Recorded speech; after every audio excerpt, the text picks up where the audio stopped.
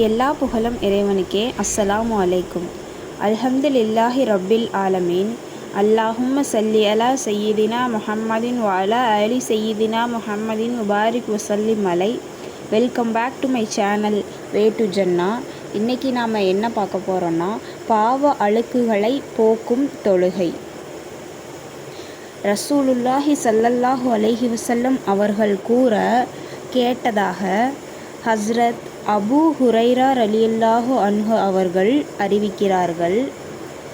உங்களில் எவரேனும் ஒருவருடைய வீட்டு வாசலுக்கு அருகில் ஒரு ஆறு ஓடுகிறது. அதில் அவர் தினமும் 5 முறை குளிக்கிறார். அவரது உடலில் கொஞ்சமும் அழுக்கு இருக்குமா என்று நபியவர்கள் வினவியபோது, அழுக்கு அறவே இருக்காது என சஹாபாக்கள் பதிலளித்தார்கள்.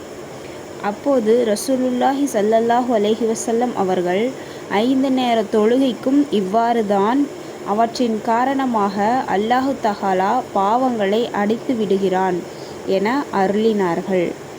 இதிலேருந்து நமக்கு என்ன தெரியுதுன்னா, இப்போ ஒருத்தரோட வீட்டு வாசலில் ஒரு ஆழமான ஒரு ஆறு ஓடிக்கிட்டு இருக்குது. ஓடும் ஆறு, சரியா? அந்த ஆறில் 5 முறை ஒருத்தர் குளித்தார்னா அவருக்கு அழுக்கு அவரோட உடம்புல இருக்குமா அப்படின்னு கேட்குறாங்க. அதுக்கு பக்கத்தில் இருக்க சஹாபாக்கள்லாம் என்ன சொல்கிறாங்க, இல்லை, சுத்தமாக அழுக்கு இருக்கவே இருக்காது அப்படின்னு சொல்கிறாங்க.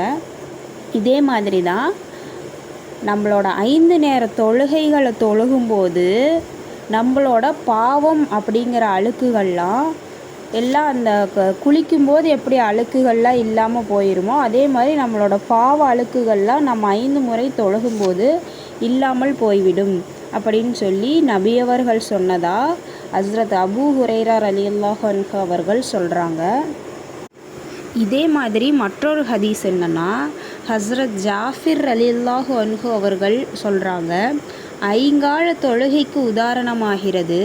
உங்களில் ஒருவருடைய வீட்டு வாசலுக்கு முன்னால் பெருக்கெடுத்து ஓடும் ஆழமான ஆற்றில் 5 முறை அவர் குளிப்பதை போன்றதாகும் அப்படின்னு ரசூலுல்லாஹி ஸல்லல்லாஹு அலைஹி வஸல்லம் அவர்கள் சொன்னதாக ஹஸ்ரத் ஜாஃபிர் ரலியல்லாஹு அன்ஹு அவர்கள் சொல்கிறாங்க.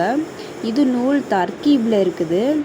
இதோட விளக்கம் என்னன்னா, ஓடும் தண்ணீர் அசுத்தங்களை விட்டும் சுத்தமாக இருக்கும். மேலும் ஆறு எவ்வளவு ஆழமாக இருக்கிறதோ தண்ணீர் அவ்வளவு தெளிவானதாக இருக்கும்.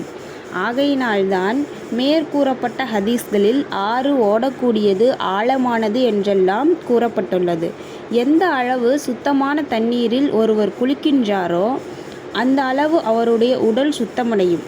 இவ்வாறேதான் ஒழுங்குமுறைகளை பேணி தொழுவதனால் பாவங்கள் நீங்கி பரிசுத்தம் உண்டாகிறது. இவ்விரு ஹதீஸ்களின் கருத்துக்கள் அடங்கிய வேறு ஹதீஸ்கள் பல சஹாபாக்களின் வாயிலாக சில வார்த்தைகள் மாற்றத்துடன் அறிவிக்கப்பட்டுள்ளன. இதே மாதிரி இன்னொன்று என்னென்னா, ஹஸ்ரத் அபூ ஸயீதுல் குதுரி ரலியல்லாஹு அன்ஹு அவர்கள் அறிவிக்கிறார்கள், ஐங்கால தொழுகைகள் அவற்றுக்கு இடையிலுள்ள நேரங்களில் நிகழும் பாவங்களுக்கு பரிகாரமாகும் அப்படின்னு சொல்கிறாங்க. இதுக்கு என்ன இது ஒரு அர்த்தம்னா, ஒரு தொழுகையிலிருந்து அடுத்த நேர தொழுகை வரை நிகழும் அந்த சின்ன சின்ன பாவங்கள் அந்த நேர தொழுகையினால் மன்னிக்கப்பட்டு விடுகின்றன அப்படின்னு ரசூலுல்லாஹி ஸல்லல்லாஹு அலைஹி வஸல்லம் அவர்கள் கூறிய பின், உதாரணமாக ஒருவருக்கு ஒரு தொழிற்சாலை இருக்கிறது. அதில் வேலை செய்வதால் அவருடைய உடலில் அழுக்கும் தூசும் படுகின்றன. அவருடைய தொழிற்சாலைக்கும் வீட்டுக்கும் இடையில் 5 ஆறுகள் ஓடுகின்றன. அவர் தொழிற்சாலையிலிருந்து வீட்டுக்கு செல்லும்போது அந்த 5 ஆறுகளிலும் குளிக்கின்றார்.